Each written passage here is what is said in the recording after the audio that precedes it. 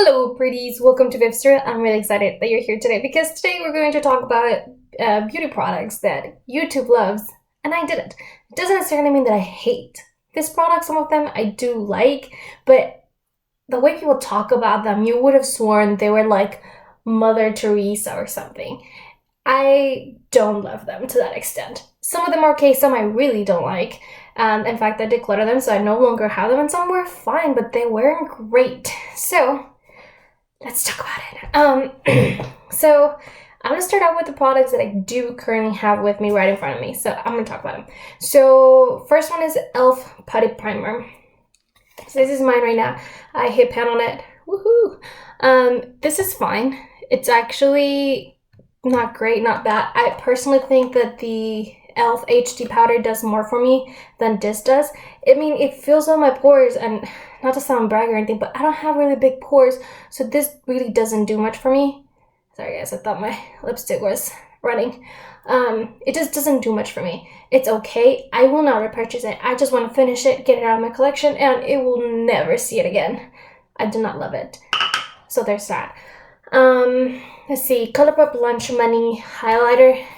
Now, the formula is nice, but people swear by this highlighter. And I've seen people that have similar skin tones as me that can really make this work. So I don't know if it's my undertone or what it is about it, but this highlighter does not work for me. Now granted, can I make it work? Yes. Clearly I have a huge pan on it, but I just don't love it. So yeah, I can't wait to finish it, get it out of my collection, and never repurchase it.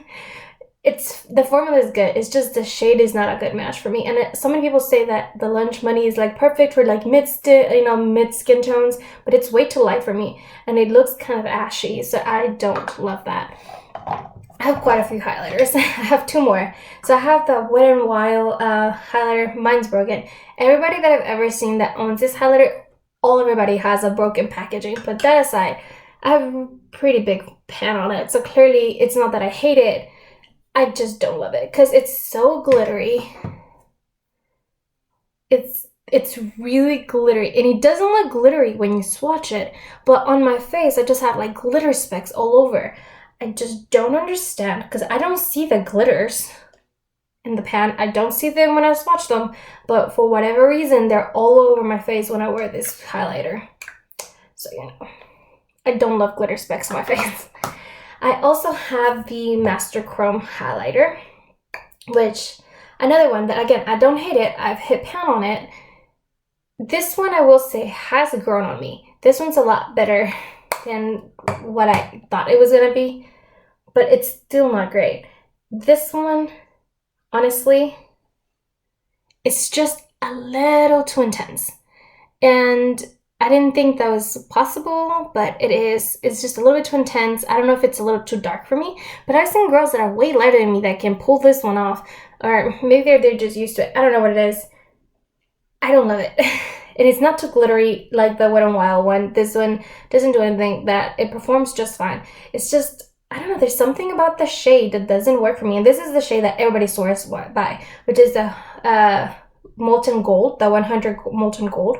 Everybody swears by this shade, and I cannot make it work. I don't know why. I mean, I can make it work, and it's not terrible. It's just something off about it. I don't know what it is. I will say the formula is so nice. It's so buttery. It's really soft, and it's very, the thing that's what it is it's too pigmented. There's definitely like an actual, like, it's not just the base of the shimmer. There's like a real strong undertone to it that is slightly too orange. I think that's what it is. Like it looks almost orange. Can you see that? It's not just golden, it's orange. And I don't know, there's something about that I don't love, but it is a good highlighter. The formula is pretty good. But Maybelline isn't curl free, so that really doesn't add to it. All right, let's see. I have the ColourPop setting powder. Everybody that I've seen on YouTube, when they talk about the setting powder, they always say it's such a good setting powder. In fact, like I said, oh man, Makeup Geek. There you go, Chick Geek, I think. She's the one that swears by this one. And can you see that hard pan?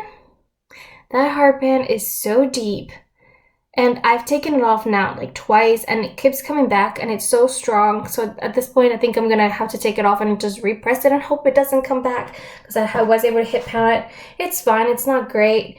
It doesn't, like, if I put this all over my face, my face is still gonna be slightly tacky, so it doesn't do much in the sense of like actually setting it and putting it down. But because I have dry skin, I am okay with that. It's just not great. And again, that hard pan is just yikes. And again, people swear by this setting powder, and I don't get it. All right, Drunk Elephant Skincare. Now, granted, I have not tried that many things from Drunk Elephant, but I've had a couple of like sets that I've gotten from Sephora when they have their like birthday they had last year. Also, when they've had like 100-point perks and stuff, I picked up a couple things here and there, and they work fine, but they're not great either. Like, I feel like my e.l.f. stuff does better. So this is one from the one that I had left over from the, what's it called? The birthday gift. This is just a cleanser. It works fine. It doesn't work better than my Pacifica, I don't think. They also had like the protein moisturizer, and that worked fine. It did not work better than my e.l.f. one though. And I've had like an eye cream from them. It worked fine. It did not work better than my e.l.f. skincare. So I just don't think the price tag for those items are worth the item. Especially because they don't give you a lot of product either. So there's that. Again, other people will think I'm crazy, but that's fine.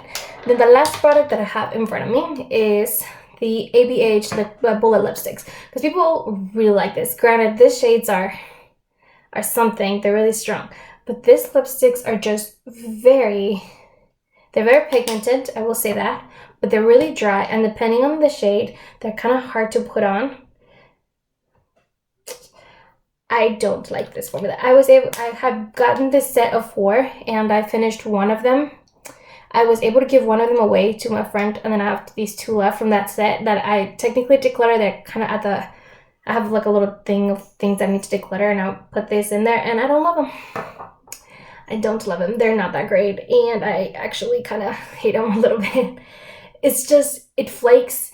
It can get kind of blotchy at times, and it's not great. It's so drying. It literally flakes everywhere. I hate it. That's all I can say. I hate it. I hate it so much. And it's weird because when you put it on, when you swatch it, it's kind of creamy, but on the lips, you might as well be putting sandpaper all over your lips. All right, and something that I don't own anymore because I was able to sell it, which is the ColourPop Ooh La La palette. And I think personally, just those monochromatic palettes just don't work for me. I think there's just, it's a one-trick pony. You know, it's the same thing over and over and over again. I feel like you're better off getting 1 or 2 singles and getting an entire 9-pan palette of the same color scheme. So for me, it was not worth it. So I did end up decluttering it and selling it. The Tarte bronzer in like Park Avenue, I have finished this one. I finished it about a year ago, so I no longer have the packaging for them. But I did end up getting a mini in a set that I had, and it was fine. For a bronzer, it worked out just fine. But I honestly think that the butter bronzer from Physicians Formula was way better, although Physicians Formula is no longer cruelty-free. But that one was better than the Tarte one. I know people swear by that bronzer. So many people have like the long palette that they received from BlexaCharm, and they all say like it's really good. I know Nicole Fisher has like panned like 3 of those shades. They swear by it, and I just don't think it was that great. It was fine. It was blendable. It was questionably buildable. It just didn't build very well, and that for me was a real problem. I kept it, and I finished it up, but that was it. I did not repurchase it. It didn't build well, and it didn't last long. Throughout the day, it kind of did fade. So I personally did not love that, but I don't know, their blushes are amazing and they don't fade. I don't understand what the bronzer did. Very strange, but whatever. And then the last thing is the First Aid Beauty moisturizer. Now, I believe I had the bottle in my empties and declutter from the the last one that I did. The Ulala palette was also in that video, as well as the Drunk Elephant skincare. So I'm gonna post that video. I'm gonna link it some in the little cards, wherever Saya goes, I'll post it. I did not think it did that great. And it's supposed to be like a really strong moisturizer supposedly, and it's supposed to like really like cure your skin of like eczema and all these things. And I don't have eczema, so I don't know how strong it is to that, but I personally have very, very dry skin. Like my dry skin is so strong where I thought I was gonna get like 2 blemishes on my cheeks, and I skipped moisturizing for one night, but the next day when I woke up, they were so dry, they went away. That's how dry my skin is. It is not hospitable for oil and sits and things like that. That's how dry I am, okay? Very dry skin. And that First Aid Beauty moisturizer did nothing for me. It was fine. It did not make things worse. It moisturized enough, but it definitely didn't give enough hydration for me to not have to use a second moisturizer. I definitely needed something else to add on to it, which is not what I want. I want a one and done kind of thing. I don't want to have 2 or 3 moisturizers to get the full effect of what I need. So yeah, that was kind of long and winded, and I feel like I didn't catch my breath throughout the entire video, so I apologize for that. I hope you enjoy it.